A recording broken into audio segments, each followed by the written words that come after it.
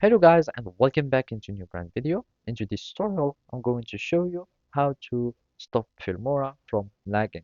So make sure to watch the video to the end and follow these simple steps.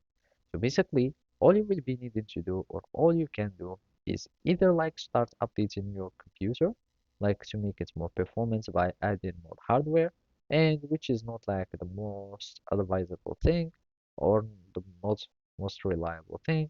And second thing is just to like use or change some settings that might make your Filmora run smoother and faster. And basically, this only setting is to enable the GPU or the hardware acceleration.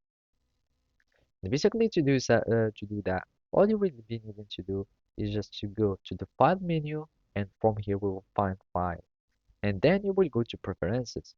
If you cannot find your preferences here, you will be needing just to simply go to the Edit, and you will find Preferences there. So I'm just going to click on Preferences, and from here you will have this menu or all these tabs. So you will have General, Folders, Editing, Media Cache, and Performance. The one we are interested in is Performance. So basically, make sure to enable your hardware acceleration for video rendering. And for this step to work, you will need to have like reliable GPU.